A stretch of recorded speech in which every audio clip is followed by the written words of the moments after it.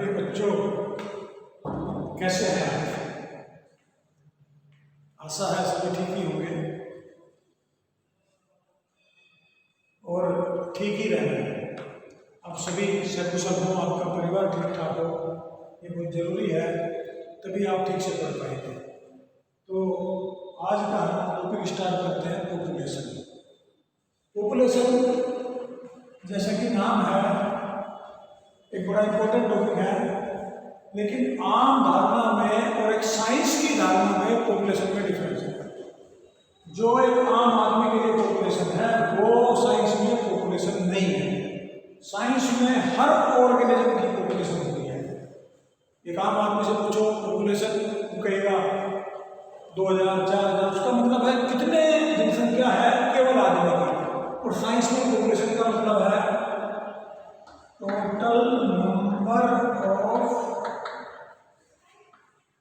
organisms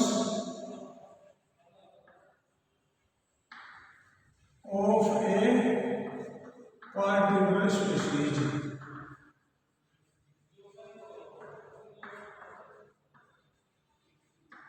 in any given area। जो population है area wise होती है। जैसे इंडिया की पॉपुलेशन, पाकिस्तान की पॉपुलेशन, और यहाँ बायोलॉजी में ये ऑर्गेनिज्म वाइज होते हैं। जैसे लायन की अलग पॉपुलेशन होगी, क्रो की अलग पॉपुलेशन होगी, मैन की अलग पॉपुलेशन होगी, इसी तरह से बैक्टीरिया की अलग पॉपुलेशन होगी। तो यहाँ पॉपुलेशन हर ऑर्गेनिज्म की होती है। तो आप पहले इस बात को समझने की पॉपुलेशन का जो मीनिंग है, that is not only for man but for every organism. Her organism की कोई ना कोई पॉपुलेशन है और उस गिवन एरिया में उस टाइम पे जितने टोटल ऑर्गेनिज्म है उनकी पॉपुलेशन कहलाती है। अब बात करते हैं पॉपुलेशन के एट्रीब्यूट।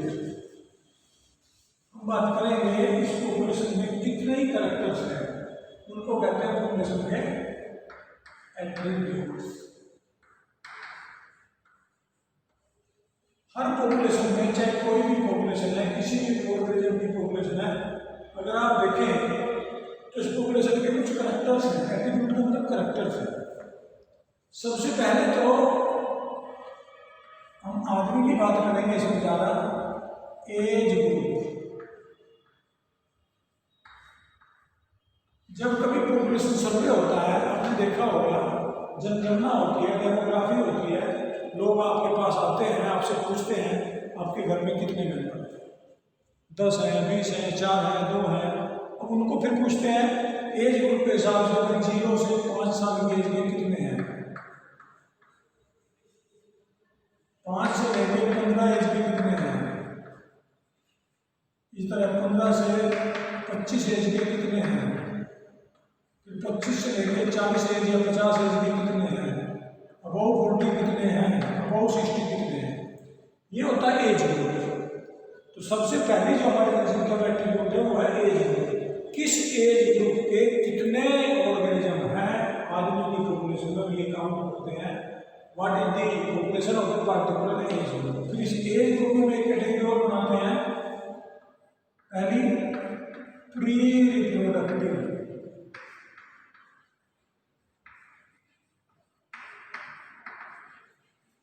दूसरी बनाते हैं रिप्रोडक्टिव, और लास्ट में फाइनल हम बनाते हैं पोस्ट रिप्रोडक्टिव।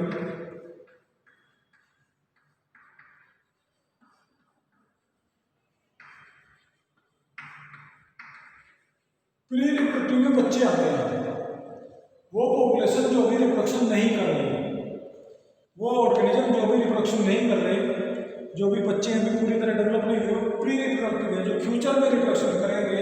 इसमें जनरली बिलो 20 एज ग्रुप आता है। 20 साल से कम के बच्चे जनरली रिप्रोडक्शन नहीं करते। जनरली उनके कोई इस पर डिपेंड करती है कि किसी देश में मैरिज एज क्या है। जैसे हमारे देश में 18 एज गर्ल्स के लिए और 21 बॉयज के लिए है। तो ये प्री रिप्रोडक्टिव एज है। इससे नीचे जिनकी एज है वो सारे प्री रिप्रोडक्टिव होते हैं। फिर दूसरा आता है रिप्रोडक्टिव। रिप्रोडक्टिव में वो ग्रुप आता है जो बच्चे पैदा कर रहे हैं, जिनकी शादियाँ हो गई हैं, जिनके बच्चे हो रहे हैं। ये जनरली अबाउट 20 और बिलो 45 या 50 हो सकता है, इस एज तक बच्चे पैदा होते हैं। वो जो जनसंख्या बढ़ा रहे हैं, जो रिप्रोडक्शन कर रहे हैं, जिनके बच्चे पैदा हो रहे हैं, उन्हें कहते हैं reproductive age. Post reproductive old people who are now out of reproduction, ऐसे लोग जिनके बच्चे पैदा नहीं होते, पहले बच्चे पैदा हो चुके हैं, अब वो रिप्रोडक्शन नहीं करेंगे। ये तीसरा ग्रुप है, इसको हम कहते हैं पोस्ट रिप्रोडक्टिव। तो अगर आप एट्रीब्यूट में देखें, एज ग्रुप में देखें, तो ये हमारे 3 ग्रुप हैं, pre reproductive, reproductive, post reproductive. और जब हम पॉपुलेशन काउंट करते हैं तो हम इसका एक ग्राफ बनाते हैं, और वो ग्राफ इसके हिसाब से 3 कैटेगरी में बनता है। If we consider there are 3 types of attribute, 3 लोग। पहला है इंक्रीजिंग पॉपुलेशन। इंक्रीजिंग पॉपुलेशन में क्या होता है, जो प्री रिप्रोडक्टिव पॉपुलेशन है वो ज़्यादा होती है। ये हमारी प्री रिप्रोडक्टिव है, ये हमारी रिप्रोडक्टिव है, और ये हमारी पोस्ट रिप्रोडक्टिव है।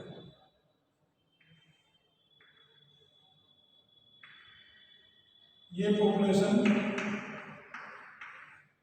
पोस्ट रिप्रोडक्टिव, ये पॉपुलेशन रिप्रोडक्टिव, और ये पॉपुलेशन प्री रिप्रोडक्टिव। इसमें आप देखें, ये जो प्री रिप्रोडक्टिव पॉपुलेशन है ये ज़्यादा है, ये इससे ज़्यादा है। तो जिस रेट से अब जनसंख्या बढ़ रही है, आगे उससे ज़्यादा बढ़ने वाली है, क्योंकि जो जनसंख्या है, जनसंख्या में जो प्री रिप्रोडक्टिव पॉपुलेशन है, जो आगे जाके रिप्रोडक्टिव पॉपुलेशन में एंटर करेगी, जिनकी एज आगे बड़ी हो जाएगी, जो आगे रिप्रोडक्टिव एज में एंटर करेंगे, जिनकी आगे शादी होगी, जिनके आगे बच्चे पैदा होंगे, वो ऑर्गेनिज्म की संख्या ज़्यादा है उनसे जितने अब है। तो ये रिप्रोडक्शन करेंगे तो इनसे ज़्यादा करेंगे, इनसे ज़्यादा करेंगे तो ये जनसंख्या बढ़ेगी, इंक्रीजिंग पॉपुलेशन। दूसरी आती है स्टेबल पॉपुलेशन। स्टेबल पॉपुलेशन में क्या होता है, जितनी रिप्रोडक्टिव पॉपुलेशन अब है उतनी ही आगे है, ये दोनों बराबर होते हैं।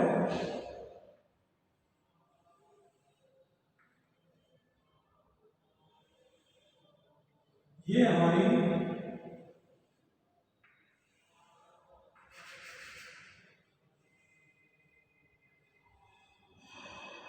ये प्री रिप्रोडक्टिव है, ये रिप्रोडक्टिव है, और ये पोस्ट रिप्रोडक्टिव है।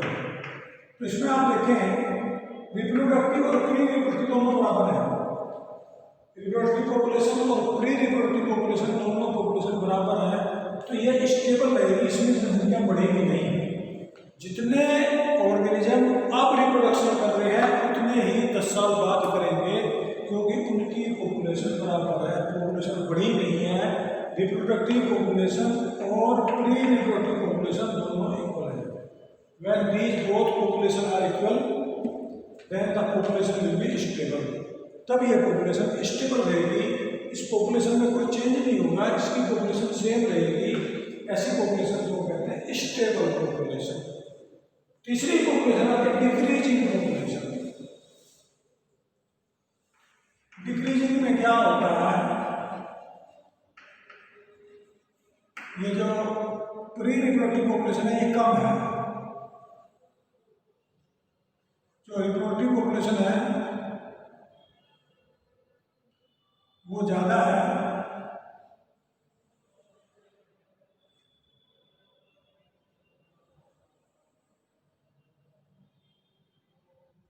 यहाँ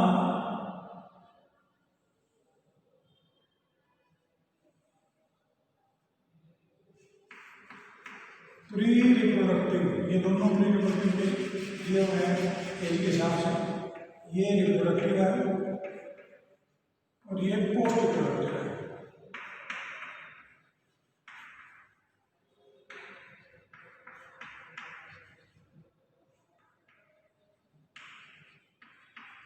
अगर आप इसको देखिए, इस प्लॉटिंग में आपको दिख रहा है प्री रिप्रोडक्टिव पॉपुलेशन रिप्रोडक्टिव से कम है। इसका मतलब ये हुआ जितने लोग अब रिप्रोडक्शन कर रहे हैं फ्यूचर में इनसे कम लोग रिप्रोडक्शन करेंगे। आगे कम करेंगे तो जनसंख्या भी कम बढ़ेगी, जितनी अब बढ़ रही है आगे इससे कम बढ़ेगी। इसको हम कहते हैं डिक्रीजिंग पॉपुलेशन।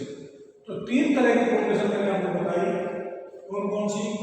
इंक्रीजिंग, स्टेबल और डिक्रीजिंग। अब हम बात करते हैं इसके कुछ कैरेक्टर्स। ये चार कैरेक्टर्स हैं, लेकिन इनमें पहले हम बात करेंगे sex ratio. Sex ratio is the relative ratio of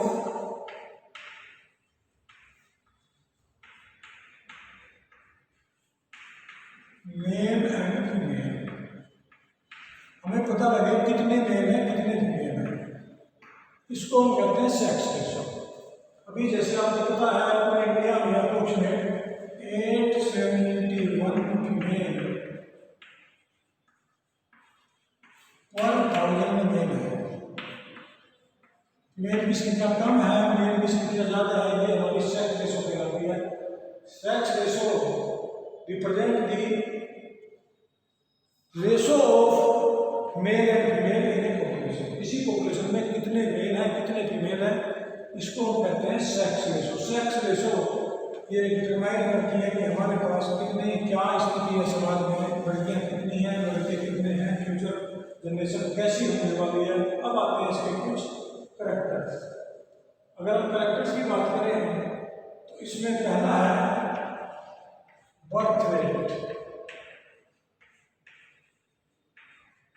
birth rate का मतलब है जन्म दर। दूसरा है डेथ रेट।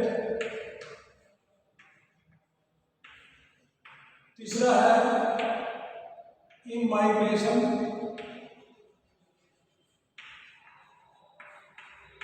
और चौथा है immigration.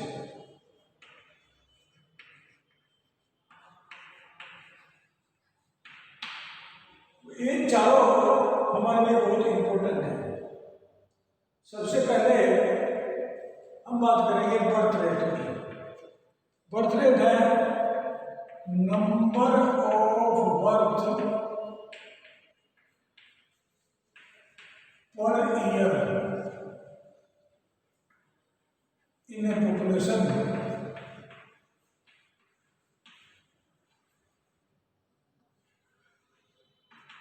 Per unit number.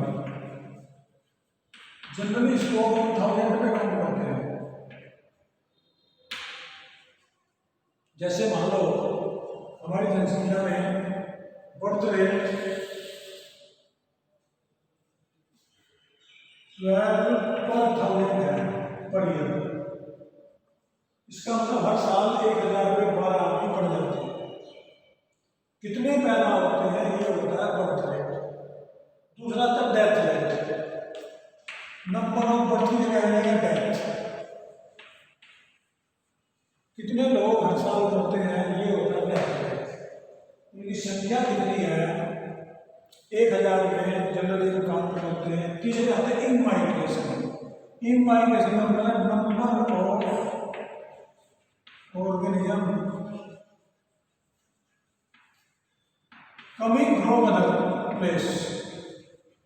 Coming from दूसरी जगह से आए अदर प्लेस।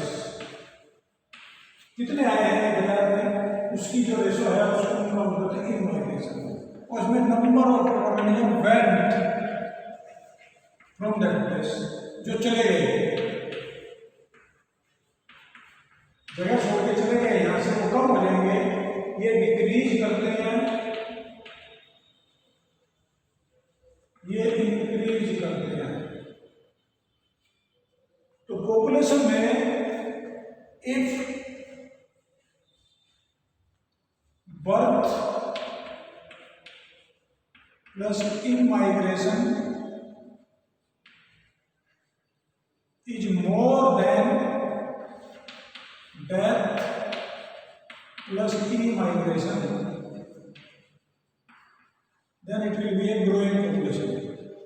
इसमें जनसंख्या बढ़ेगी। अगर बर्थ और इमाइग्रेशन ज़्यादा है, डेथ और इमाइग्रेशन कम है, तो जनसंख्या बढ़ेगी। और अगर बर्थ और इमाइग्रेशन कम है, डेथ और इमाइग्रेशन ज़्यादा है, तो जनसंख्या घटेगी, डिक्रीज हो जाएगी। और अगर दोनों बराबर है तो जनसंख्या स्टेबल रहेगी। तो इसलिए इन चार बातों पर डिपेंड करती है पॉपुलेशन। ये इंक्रीजिंग पॉपुलेशन है या डिक्रीजिंग पॉपुलेशन है या स्टेबल पॉपुलेशन है। This depend upon these four factor: birth rate, death rate, E migration and immigration. और अभी मैंने जो आपको डायग्राम दिखाया था वो पॉपुलेशन का, वो उसको एक्चुअल में एज पिरामिड बोलते हैं। That was the age pyramid. Age pyramid is the pyramid drawn for pre reproductive, reproductive and post reproductive population. तीनों पॉपुलेशन के लिए जो डायग्राम खींचते हैं, ये है हमारा एज पिरामिड। एज पिरामिड में तीन तरह के बताए थे आपको। एज पिरामिड में अब पॉपुलेशन को अगर हम काउंट करें, किसी ऑर्गेनिज्म की पॉपुलेशन, जैसे साइबेरियन करेन, आपको पता है साइबेरियन करेन हमारे भरतपुर में आ जाते हैं। राजस्थान में जो गडाडियो नेशनल पार्क है भरतपुर में, अगर आप काउंट करें तो बहुत थोड़े होते हैं। दे में भी और लेस, ये इनकी पॉपुलेशन है। लेकिन हमें कोड में क्लेमाइडोमोनास अकेडमी है, क्लेमाइडोमोनास, अगर उसकी पॉपुलेशन काउंट करें तो that will be up to many million.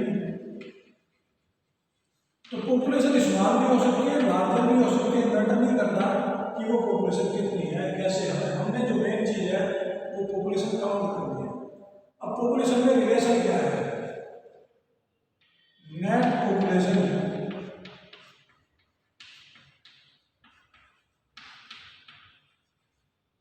After T time. अगर हम देखें तो इसका फार्मूला है N T equal to n0 plus b plus e b plus i minus d plus e। b birth rate को कहते हैं, d डेथ रेट को कहते हैं, i इमाइग्रेशन और emigration, n t population after T time,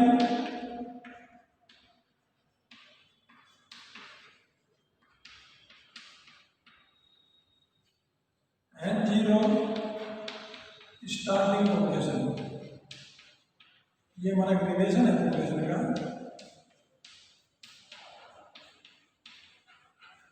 इस फार्मूले से किसी भी पार्टिकुलर टाइप के पॉपुलेशन निकाल सकते हैं। पॉपुलेशन की जो रिप्रोडक्टिव टाइम है, पॉपुलेशन के जो ग्रोथ रेट है, वो भी कई चीजों पर डिपेंड करता है। If the conditions are favourable, condition favourable है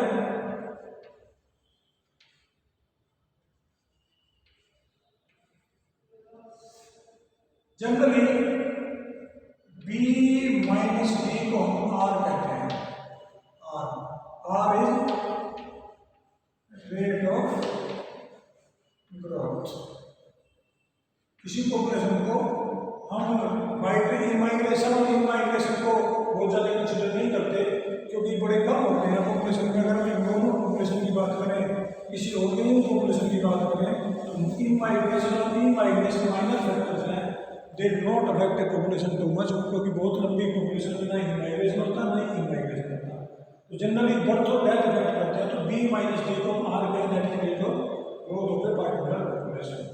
अगर हम इसकी बात करें तो N T equal to N0, और इसमें अगर हम इसकी बात करें प्लस B माइनस डी को हम R कह देते हैं, R ये birth rate minus death rate, इसको हम कहते हैं R।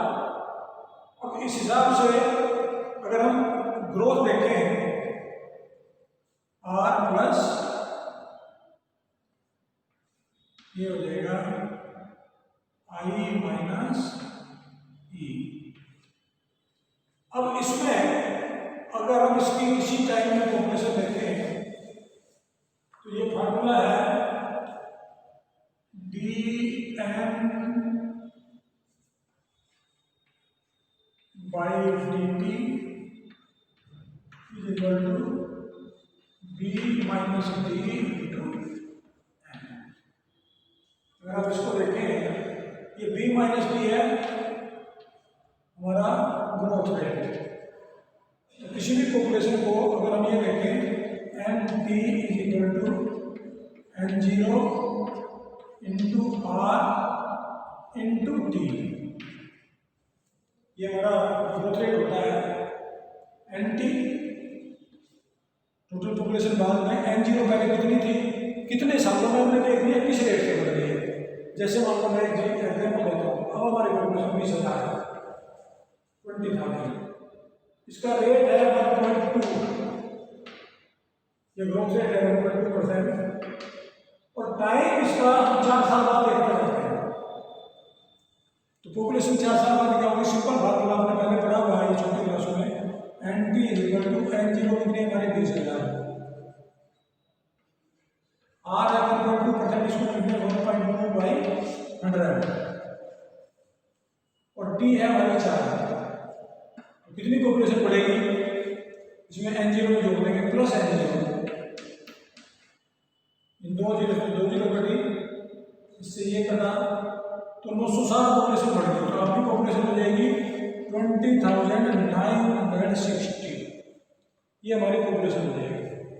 तो किसी भी पॉपुलेशन में अगर हमें ग्रोथ रेट निकालना है तो इस तरीके से इसका ग्रोथ रेट निकाल लेते हैं, हम इसको पावर में कर दें। अब इसका एक फार्मूला और भी है यहाँ, अगर हम ये देखें D N by D T is equal to R into N. R है हमारा रेट ऑफ ग्रोथ, उसको इंट्रिंसिक रेट कहते हैं। ये इंट्रिंसिक रेट है जितने परसेंट पॉपुलेशन बढ़ती है, और एन है नेचुरल पॉपुलेशन। हमारी पॉपुलेशन कितनी थी, ये फार्मूला है D N by D T is equal to R N. R है इंट्रिंसिक रेट ऑफ ग्रोथ, इसको हम आर कहते हैं। एन है हमारी पॉपुलेशन इन टोटल। अब इसमें जो है एन, इसकी आर की वैल्यू है value of R is different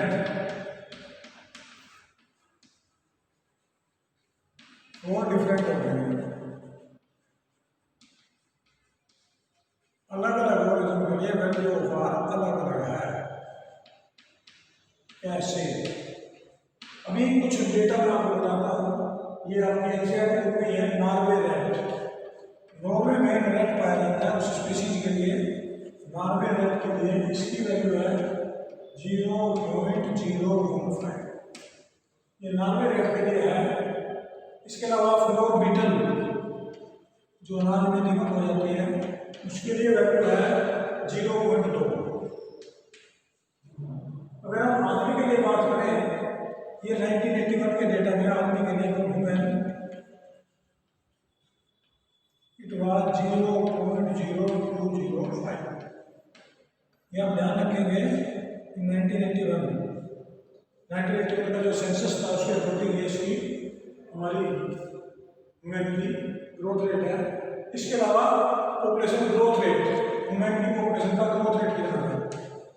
growth rate हमारा सबसे ज़्यादा रहा है 1965 से 70 के बीच में। इस 5 ईयर प्लान में हमारा ग्रोथ रेट है 2.1%, which was recorded the maximum, and the current growth rate is 1.6%. Current growth rate of human population.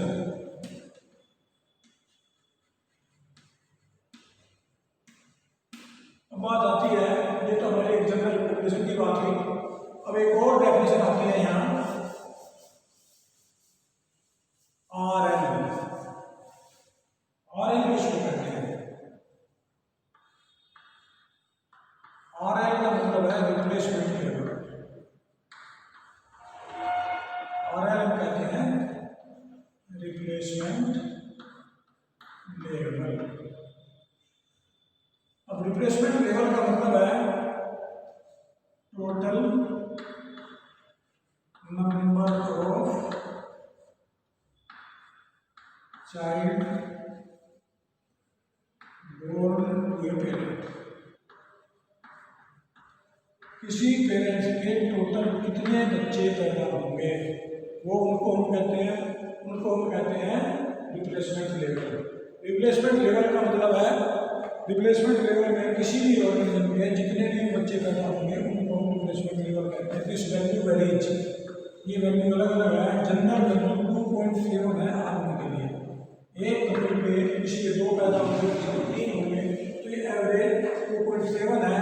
और ये 2.1 से लेके 2.5 तक कुछ भी हो सकते हैं, अलग अलग के लिए अलग अलग है। जनरली इसके एवरेज 2 मानते हैं। This is the replacement level. तो इस तरह से हम किसी भी पॉपुलेशन की अगली पॉपुलेशन कैलकुलेट करते हैं। That is the formula. इस फार्मूले से हम उसकी पॉपुलेशन कैलकुलेट कर लेते हैं।